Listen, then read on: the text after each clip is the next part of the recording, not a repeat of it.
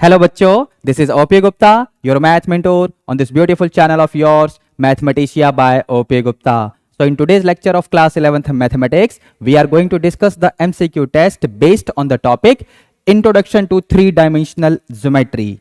ठीक है बच्चों, अब इससे पहले कि हम लोग आज के टेस्ट के सॉल्यूशन का डिस्कशन शुरू करें, here is one very important information that I would like to share with all of you. चलिए जरा, here is one important information for all of you. अगर आप लोगों ने अभी तक मैथ मिशन बुक्स परचेज नहीं की हैं क्लास 11th के लिए, तो आप लोग किस बात का वेट कर रहे हैं? Math mission book will contain MCQ type of questions. Apart from that, case study questions are also given in the book. Assertion reason type questions are also given in the book. Moreover, for each and every chapter detailed theory and examples are also provided in the math mission book. In addition to that, for each and every chapter you are going to get subjective type of questions also along with the answer. But if you need step by step detailed solution for each questions given in the math mission book, then you can buy solution of math mission book of class 11th also. Once you are done with your entire syllabus, then you would like to do the sample papers based on the full syllabus for class 11th mathematics. So here we have CBSE sample papers based on Yodha test series. This book will have 8 fully solved sample papers and 3 unsolved sample papers. The link of a few sample papers in PDF can be seen in the description box of this video also. Now if you are wondering how to buy these books, well, you can see the description box of this video for Amazon and Flipkart link. Moreover, to buy the books at discounted price, you can contact us on the given WhatsApp number. Right? So we are on mission, Math Mission. मुझे पूरी उम्मीद है कि आप लोगों ने इस channel को सब्सक्राइब करके बेल नोटिफिकेशन प्रेस कर लिया होगा, ताकि हर इंपॉर्टेंट वीडियो की अपडेट आप लोगों को टाइम टू टाइम मिलती रहे. मोरओवर, इस वीडियो को लाइक करके अपने सभी क्लासमेट्स को भी शेयर कर देना, ताकि उनकी भी प्रिपरेशन मैथमेटिक्स क्लास 11th के लिए अच्छी हो सके. ठीक है बच्चों, अब चलते हैं और आज के टेस्ट के सॉल्यूशन का डिस्कशन शुरू करते हैं. चलिए जरा,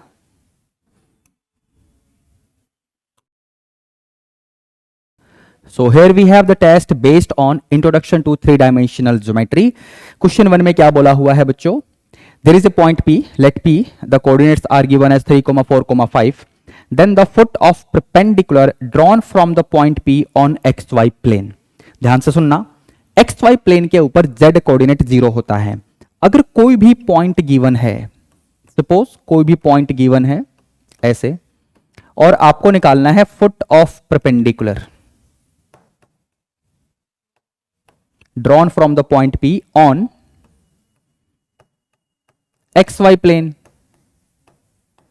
तो मैंने क्या बोला कि Z कोऑर्डिनेट 0 होगा, मतलब X and Y coordinate of the given point same रहेगा. अगर इसी क्वेश्चन में फुट ऑफ परपेंडिकुलर पूछा होता on YZ plane, foot of perpendicular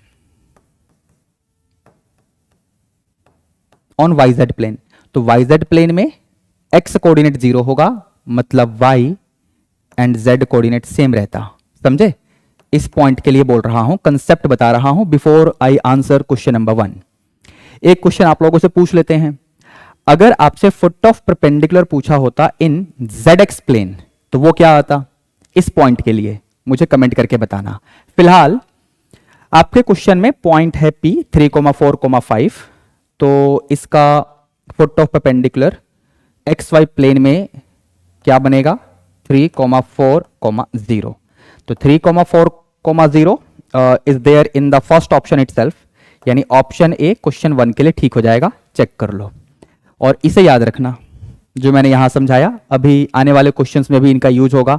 और एक क्वेश्चन मैंने आप लोगों से पूछा है, foot of perpendicular drawn from the point P alpha, beta, gamma on ZX plane, या XZ प्लेन भी कह सकते हो. इसका आंसर आपको कमेंट करके करना है. अब चलते हैं क्वेश्चन नंबर 2 की तरफ. क्वेश्चन नंबर 2 ये रहा बच्चों आपके सामने. इसमें क्या है? क्वेश्चन नंबर 2 में आप लोगों से सेम पॉइंट P का फुट ऑफ परपेंडिकुलर पूछा हुआ है ऑन YZ प्लेन. तो YZ प्लेन मतलब X कोऑर्डिनेट को 0 रखो, Y coordinate same and z coordinate same 0 4 5। Option C को चेक करिए, क्वेश्चन 2 का ऑप्शन सी सही हो जाएगा। ठीक है, क्वेश्चन 3 में क्या है बच्चों? क्वेश्चन 3 में बोला हुआ है, सेम पॉइंट है, इसका इमेज निकालना है, image of the point P in XY plane. XY plane में आपको 3, 4, 5 का इमेज निकालना है। तो क्या होगा कि x and y coordinate same रहेंगे, z कोऑर्डिनेट का साइन चेंज हो जाएगा, यानी 3, 4, -5, यानी ऑप्शन बी को मार्क कर लो। अब यहां पर आप अगर कंसेप्ट सीखना चाहो तो क्या होगा भाई, अगर कोई पॉइंट है P that is let me say alpha, beta, gamma, और मुझे इमेज निकालना है, image in X Y plane. ठीक है, एक्स वाई प्लेन में इमेज निकालना है, तो एक्स एंड वाई कोऑर्डिनेट को सेम रखिए, जेड कोऑर्डिनेट का साइन चेंज कर दो। अगर यही मुझे इमेज फाइंड करना होता, image in Y Z plane, तो y और z वाले को हम सेम रखते, मतलब बीटा एंड गामा सेम रहता, x वाले का साइन चेंज कर देते। समझ रहे हो, इस पॉइंट की बात हो रही है। अगर मुझे इमेज निकालना हो इसी पॉइंट का इन एक्स जेड प्लेन, तो वो क्या बनेगा, इसके लिए पूछा है मैंने, एक्स जेड प्लेन में इस पॉइंट का इमेज क्या बनेगा, कमेंट करके बताना। फिलहाल क्वेश्चन नंबर 3 का ऑप्शन बी सही हो जाएगा, मैंने मार्क कर दिया है आप लोगों के लिए। आगे चलेंगे, क्वेश्चन नंबर 4 को देखते हैं। क्वेश्चन 4 आपके सामने यहां पर विजिबल है, एक पॉइंट P है, यानी सेम पॉइंट चला आ रहा है क्वेश्चन 4 तक। आपको इस पॉइंट P का इमेज निकालना है in ZOX plane. Basically ZX plane है या XZ प्लेन है, इसको ऐसे भी लिख सकते हैं ZOX प्लेन। ठीक है, तो अब इसमें क्या होगा कि Z और X वाला कोऑर्डिनेट हम सेम रखेंगे। तो ये रहा 3 और ये रहा 5, यानी y कोऑर्डिनेट का साइन चेंज होगा, 3, -4, 5। 3, -4, 5 is there in the first option. Question 4 का ऑप्शन ए सही हो जाएगा। ठीक है बच्चों, क्वेश्चन नंबर 5 को देखते हैं, यहीं पर है, क्या बोला हुआ है, ध्यान से देखिए। The coordinates of the perpendicular drawn from a point A on x axis. पहली बात, एक्स एक्सिस के ऊपर कोई भी पॉइंट होगा उसका y एंड z कोऑर्डिनेट तो 0 होगा, y एंड z कोऑर्डिनेट दोनों 0 होने चाहिए, तो यहीं पर है, मतलब ऑप्शन डी वाला ही यहां पर ठीक हो जाएगा। ठीक है, इन जनरल अगर याद करना चाहो, ध्यान से सुनना, अगर किसी पॉइंट ए से आपने परपेंडिकुलर ड्रॉ किया है ऑन द एक्सिस और उसके कोऑर्डिनेट पूछे गए हैं आपसे, foot of perpendicular drawn from a point A on the axis. अब एक्स एक्सिस है या वाई एक्सिस है या जेड एक्सिस है। ठीक है, तो एक्स एक्सिस पे पूछेगा तो सिर्फ एक्स कोऑर्डिनेट को लिखना है, बाकी बचे हुए दोनों कोऑर्डिनेट 0। अगर वाई एक्सिस के ऊपर आपने फुट ऑफ परपेंडिकुलर ड्रॉ किया है तो वाई कोऑर्डिनेट को लिखना है जो यहां पर दे रखा होगा, बाकी एक्स एंड जेड वाले 0 एंड 0। ठीक है, जेड एक्सिस के ऊपर पूछेगा तो जेड कोऑर्डिनेट ये वाला लिखना है आपको, X and Y coordinate 0 and 0 हो जाएंगे। समझ गए? ठीक है, चलिए आगे बढ़ते हैं क्वेश्चन नंबर 6 की तरफ। क्वेश्चन 6 में क्या है, now we have question number 6, distance of this point from the point this is। Distance formula लगाने वाले हैं। क्या होता है distance formula, x2 - x1 whole square plus y2 - y1 whole square plus z2 - z1 whole square, और पूरे का ले लेते हैं स्क्वायर रूट। ठीक है ना, तो यहां पर x2 - x1 का होल स्क्वायर यानी -1 - 2 दैट इज -3 का होल स्क्वायर। ठीक है, फिर y2 - y1 का होल स्क्वायर यानी -2 का होल स्क्वायर, फिर z2 - z1 का होल स्क्वायर यानी 1 का स्क्वायर। तो ये क्या बनेगा बेटा, देख लो, ये तो 9 बनेगा और ये 4 और ये 1, दैट इज √14। डिस्टेंस है तो यूनिट्स में भी लिख सकते हो, √14 ऑप्शन बी सही हो जाएगा क्वेश्चन नंबर 6 के लिए। ठीक है, क्वेश्चन नंबर 7 में क्या है बेटा, यहीं पर देख लेते हैं। The distance of this point from x axis. अब वैसे तो आप डायरेक्टली याद भी कर सकते हो, लेकिन कंसेप्ट क्या होता है ध्यान से सुनना। ये जो भी पॉइंट है ना, इसका फुट ऑफ परपेंडिकुलर लिख लो ऑन द एक्स एक्सिस। अब ये तो मैं अभी एक्सप्लेन करके आया हूं, एक्स एक्सिस के ऊपर फुट ऑफ परपेंडिकुलर लिखने वाले हो, मतलब एक्स कोऑर्डिनेट दिखेगा, वाई एंड जेड कोऑर्डिनेट शून्य हो जाएंगे। गिवन पॉइंट का डिस्टेंस जिस भी एक्सिस से निकालना है उसी एक्सिस के ऊपर फुट ऑफ परपेंडिकुलर लिख लो, यानी कोऑर्डिनेट्स लिख लिए मैंने। अब इन दोनों पॉइंट के बीच में डिस्टेंस निकाल लो by using the distance formula, समझे? यानी अंडर रूट में alpha minus alpha whole square plus beta minus zero whole square plus gamma minus zero whole square. So basically what you are going to get beta square plus gamma square और पूरे का under root. अब ढूंढ लो जरा कहां पर है ये। ऑप्शन ए में दिख जाएगा, क्वेश्चन नंबर 7 ऑप्शन ए सही हो जाएगा। ठीक है बेटा, आगे बढ़ते हैं क्वेश्चन नंबर 8 की तरफ। क्वेश्चन नंबर 8 में क्या है? सो क्वेश्चन नंबर 8 ये रहा हमारे सामने। The distance of this point where A is greater than 0 from this point is root 27। तो आपको ए की वैल्यू निकालनी है। ध्यान से सुनना, वैसे तो आप डिस्टेंस फॉर्मूला अप्लाई कर सकते हो, मतलब जैसे इस पॉइंट का डिस्टेंस इस पॉइंट से निकालो और वो अंडर रूट 27 है, ऐसे कर सकते हो। मैं लिख देता हूं आपके लिए, a माइनस 0 का होल स्क्वायर, ठीक है, प्लस 0 माइनस 1 का होल स्क्वायर प्लस 1 माइनस 2 का होल स्क्वायर। ये जो भी डिस्टेंस आएगा यही दे रखा है आपको, अंडर रूट 27। अब आप चाहें तो यहां से सिंप्लीफिकेशन कर लो, a की वैल्यू आ जाएगी, कोई दिक्कत नहीं है। स्क्वायरिंग करोगे पहले, है ना, अंडर रूट को हटाने के लिए करते रहना, कोई दिक्कत नहीं है, a की वैल्यू मिलेगी आपको। लेकिन मजे की बात यह है कि आपके इस क्वेश्चन में बिना सॉल्व करे ही आप आंसर कर सकते हैं, करेक्ट ऑप्शन को चुन सकते हैं। कैसे? कंडीशन है कि a पॉजिटिव होना चाहिए, मतलब ऑप्शन डी तो गया, क्योंकि 0 दे रखा है। अब 0 नेगेटिव भी नहीं होता, पॉजिटिव भी नहीं होता, 0 0 होता है। ठीक है, ऑप्शन सी वाले में एक नंबर है जो कि पॉजिटिव है, ऑप्शन बी में तो वैसे ही नेगेटिव है, इसको भी हटाओ, और ऑप्शन ए में नेगेटिव भी है पॉजिटिव भी है, मतलब इसको भी हटाओ। बचा कौन सा फिर? ऑप्शन सी वाला। आप सॉल्व करके निकालते रहना, मैंने करेक्ट आंसर लिख दिया है। Observation is the key in MCQ type of questions. आगे बढ़ेंगे क्वेश्चन नंबर 9 की तरफ बेटा। क्वेश्चन नंबर 9 ये रहा आपके सामने बेटा। इसमें क्या पूछा हुआ है? Distance of this point from the origin. अब या तो आप ओरिजिन को लिखो 0,0,0, तो एक पॉइंट ये रहा, एक पॉइंट ये रहा। डिस्टेंस फॉर्मूला आपको पता ही है, अप्लाई करो, आपका काम हो जाएगा। लेकिन एक काम और कर सकते हो, अगर कोई भी पॉइंट है, इसका डिस्टेंस अगर ओरिजिन से पूछा है, तो आप अंडर रूट में गिवन पॉइंट के एक्स वाई और जेड कोऑर्डिनेट्स के स्क्वायर का सम ले लो, बस काम हो जाएगा। तो यहां पर देखो क्या बनेगा, अंडर रूट में X square plus Y square plus Z square, क्या बना, 4 3 7 और 2 9, रूट में 9 मतलब 3 मतलब option A of question 9 is absolutely correct. समझे? ठीक है, आगे देखते हैं क्वेश्चन नंबर 10, यहीं पर दिख रहा होगा। इसमें क्या है बेटा? This point lies in which octant. तो x नेगेटिव है, y नेगेटिव है, मतलब x डैश y डैश, और z वाला पॉजिटिव है, मतलब option A is correct for question number 10। ठीक है, आगे बढ़ेंगे क्वेश्चन नंबर 11 देखते हैं। क्वेश्चन 11 में क्या है बच्चों? So here we have question number 11 for all of you. Distance of this point from YZ plane. ठीक है, तो इस पॉइंट का डिस्टेंस निकालना है YZ प्लेन से। The point is 2,1,4। तो यहां पर जो x कोऑर्डिनेट की वैल्यू है वही आपका आंसर होने वाला है, ऑप्शन बी सही हो जाएगा क्वेश्चन नंबर 11 के लिए। ठीक है बच्चों, अब इससे पहले कि हम क्वेश्चन नंबर 12 की तरफ बढ़ें, एक बात का जवाब देना।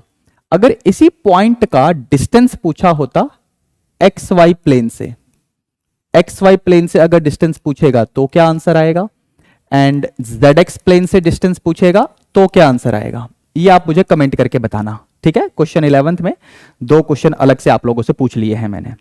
यहां पर कैसे एक्सप्लेन किया था मैंने, किसी भी पॉइंट का डिस्टेंस अगर YZ प्लेन से पूछा है तो उस पॉइंट में जो x कोऑर्डिनेट है उसका एब्सोल्यूट वैल्यू लेना है, क्योंकि डिस्टेंस पूछा हुआ है, तो वही आपका आंसर होगा। मेरा मतलब ये है कि यहां पर अगर ये -2,1,4 होता तो मैं आंसर क्या लिखता, x कोऑर्डिनेट का एब्सोल्यूट वैल्यू, मतलब उसका मैग्नीट्यूड। अगर यहां -2 होता तब भी आंसर 2 ही आता, मेरा मतलब ये है, समझे? क्योंकि डिस्टेंस YZ प्लेन से पूछा है तो x कोऑर्डिनेट लेना है। अब ये क्वेश्चन एक्स्ट्रा है आपके सामने कि इसी पॉइंट का डिस्टेंस अगर एक्स वाई प्लेन से पूछेगा या जेड एक्स प्लेन से पूछेगा तो क्या आंसर आएगा, ये आप मुझे कमेंट करके बताना। फिलहाल question number 12 is here for all of you. Question 12 में क्या है बच्चों, which of the following point on the X axis are at a distance of 3√5 units from this given point. ठीक है, तो जरा ऑप्शंस को एनालाइज कर लेते हैं, और कोई तरीका तो है नहीं। ऑप्शन ए को देखते हैं। अब ये पॉइंट है 4 0 0, इसका डिस्टेंस यहां से निकालते हैं तो 4 माइनस ऑफ -1 यानी 5 का स्क्वायर यानी 25 हो जाएगा, प्लस 0 -4 यानी -4 का स्क्वायर यानी 16, प्लस 0 -2 यानी -2 होल स्क्वायर यानी 4 आ जाएगा, पूरे का अंडर रूट 25 16 41 और 4 45 यानी अंडर रूट 45, अंडर रूट 45 यानी 3 इंटू 3 दैट इज 9 इंटू 5 यानी आपका बन जाएगा 3√5। यानी ये वाली वैल्यू तो ठीक है, डिस्टेंस फॉर्मूला यूज कर रहा हूं डायरेक्टली। ठीक है बेटा, अब जरा इसको चेक कर लेते हैं। ऑप्शन ए में ये भी तो है, तो -x एंड माइनस ऑफ -1 यानी अगेन -5 का स्क्वायर यानी 25 आएगा, और बाकी सब तो वही बनेंगे 16 + 4 देख लेना, यानी सेम चीज आने वाली है, कोई दिक्कत नहीं है। यानी ऑप्शन ए में ये दोनों पॉइंट जो आपको दे रखे हैं ना, ये दोनों पॉइंट का डिस्टेंस अगर पॉइंट ए से निकालोगे तो सेम आने वाला है 3√5 यूनिट्स जो दे रखा है यहां पर। और यही आपसे पूछा हुआ है कि एक्स एक्सिस का वो पॉइंट बताइए जिसका डिस्टेंस पॉइंट ए से इतना आएगा। तो कहने का मतलब यहां पर ऑप्शन ए में जो भी लिखा हुआ है वही करेक्ट होने वाला है। Question number 12 option A is correct. ठीक है बेटा, अब हम आगे बढ़ेंगे, क्वेश्चन नंबर 13 14 एंड 15 लेंगे which will be based on assertion reason type of questions. तो चलिए बेटा कर लेते हैं इनको भी। So now we have questions based on assertion and reason type. अब यहां पर हमें किस तरीके से आंसर करना होता है, option A will be taken as the correct answer when both assertion and reason are true and reason is the correct explanation of assertion. Option B को हम मार्क करेंगे एज द करेक्ट आंसर अगर assertion and reason दोनों सही हैं and reason is not the correct explanation of assertion. Option C will be taken as correct answer when assertion is true but reason is false. Option D को हम सही mark करेंगे अगर assertion false होगा और रीजन ट्रू होगा। तो चलिए जरा क्वेश्चन 13 से काम शुरू करते हैं। इसमें असर्शन और रीजन में क्या बोला हुआ है, असर्शन में बोला हुआ है if this is equal to 1 x² + y² 1 दे रखा है then this point is at a distance of 1 unit from the origin. एक बात देखना ध्यान से, ये जो भी पॉइंट है आपके सामने इसमें जो z कोऑर्डिनेट है उसे आप ऐसे लिख सकते हैं। मैं सिर्फ z कोऑर्डिनेट की बात कर रहा हूं, इसकी बात कर रहा हूं। ठीक है, अब x² + y² यहां पर बोला हुआ है कि इक्वल टू 1 होगा, दैट मीन्स z कोऑर्डिनेट यहां पर हो गया 0। ठीक है, बात समझे? यानी ये जो पॉइंट है, ये जो पॉइंट है इसका डिस्टेंस अब मुझे ओरिजिन से निकालना है, और ये 1 यूनिट होगा या नहीं देख लेते हैं जरा। तो इसका डिस्टेंस ओरिजिन से निकालोगे तो अंडर रूट में x² + y² + 0², मतलब किसी भी पॉइंट का डिस्टेंस अगर ओरिजिन से निकालना है तो उस पॉइंट के x, y and z coordinates के स्क्वायर का सम ले लेते हैं और पूरे का अंडर रूट। ठीक है, तो वही किया है मैंने। तो बेसिकली ये अंडर रूट में आपको देगा x² + y²। अब x² + y² तो 1 था भाई, यहां पर दे रखा है, तो अंडर रूट 1 यानी डायरेक्टली 1, मतलब इस पॉइंट का डिस्टेंस ओरिजिन से तो 1 यूनिट ही आएगा। और जो भी कंडीशन दे रखी है उसी का हमने इस्तेमाल भी किया है। मतलब ये हुआ कि असर्शन का जो स्टेटमेंट है ना वो बिल्कुल ठीक है, मतलब असर्शन इज ट्रू। ठीक है, अब रीजन में क्या है, the distance between the point P and Q is given by the expression. तो ये डिस्टेंस फॉर्मूला है बेसिकली, मतलब रीजन भी ट्रू है। सो दैट मीन्स यहां पर असर्शन एंड रीजन दोनों ही सही हैं and more over assertion is being correctly explained by reason, means reason is the correct explanation of assertion, that means इसका ऑप्शन ए हम सेलेक्ट करेंगे। समझे? असर्शन को एक्सप्लेन करने के लिए मैंने डिस्टेंस फॉर्मूले का ही इस्तेमाल किया है और रीजन में डिस्टेंस फॉर्मूला ही दे रखा है। सो बस ऑप्शन ए यहां पर मैंने मार्क कर दिया है क्वेश्चन 13 के लिए। अब आगे बढ़ेंगे, क्वेश्चन नंबर 14 लेते हैं बेटा। क्वेश्चन 14 में क्या है, now we have question 14 here in front of us. The x-axis is the intersection of yz and zx plane. अब एक्चुअली में x-axis is the intersection of xy and zx planes, लेकिन इसने क्या लिखा हुआ है, zx plane तो ठीक है बट ये क्या है, गड़बड़ हो गई। समझे? तो इसका मतलब असर्शन वाला स्टेटमेंट हो गया फॉल्स। अब जैसे ही असर्शन फॉल्स है तो ऑप्शन डी यहां पर ठीक हो जाएगा। पहले ही मैंने करेक्ट आंसर लिख दिया। जरा रीजन को भी एक्सप्लेन कर लेते हैं आप लोगों के कंसेप्चुअल क्लैरिटी के लिए। क्या बोला हुआ है? The locus of a point for which Y and Z दोनों जीरो हैं, वाई जीरो है एंड जेड जीरो है। तो ऐसे पॉइंट का लोकस आपको बताना है जिसमें y और z जीरो हो, तो वो बेसिकली x एक्सिस है। ये बिल्कुल सही है क्योंकि x एक्सिस के ऊपर कोई भी पॉइंट आप लोगे ना उसमें y and z coordinate zero होते हैं। मतलब रीजन वाला स्टेटमेंट बिल्कुल सही है। अब असर्शन फॉल्स है, रीजन ट्रू है, तो ऑप्शन डी सही होगा। मैंने पहले ही लिख दिया था।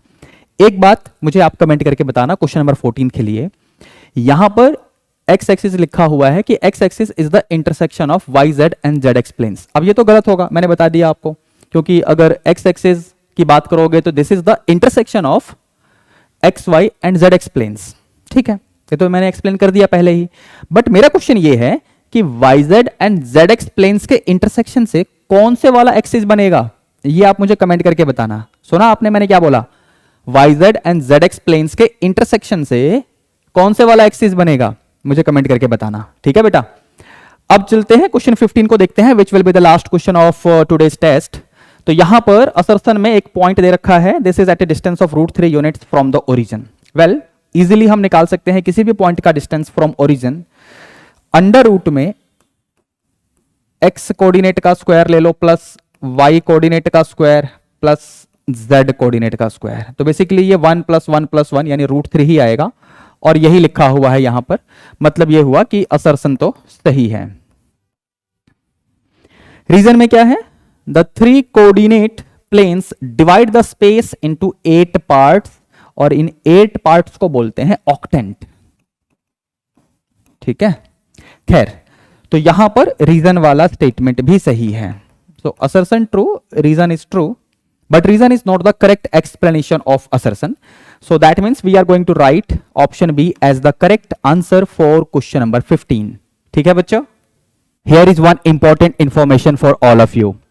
अगर आप लोगों ने अभी तक मैथ मिशन बुक्स परचेज नहीं की हैं क्लास 11th के लिए, तो आप लोग किस बात का वेट कर रहे हैं? Math mission book will contain MCQ type of questions. Apart from that case study questions are also given in the book. Assertion reason type questions are also given in the book. Moreover for each and every chapter detailed theory and examples are also provided in the math mission book.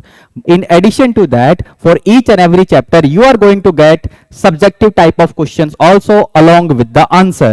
But if you need step by step detailed solution for each questions given in the math mission book, then you can buy solution of math mission book of class 11th also.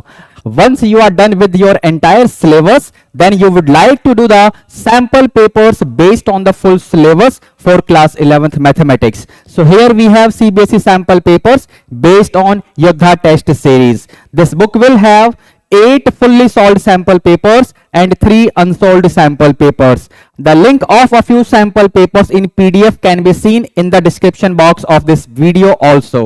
Now if you are wondering how to buy these books, well, you can see the description box of this video for Amazon and Flipkart link. Moreover, to buy the books at discounted price, you can contact us on the given WhatsApp number. Right? So we are on mission, Math Mission. I hope आप लोगों को पूरा lecture अच्छे से समझ में आ गया होगा। तो देर किस बात की, फटाफट इस वीडियो को लाइक करके अपने सभी क्लासमेट्स को भी शेयर कर दो, और इस चैनल को भी सब्सक्राइब कर लेना, ताकि हर इंपॉर्टेंट वीडियो की अपडेट आप लोगों को टाइम टू टाइम मिलती रहे। ठीक है बच्चों, चलिए मिलते हैं नेक्स्ट लेक्चर में। Till then be good, take care, all the best, bye bye.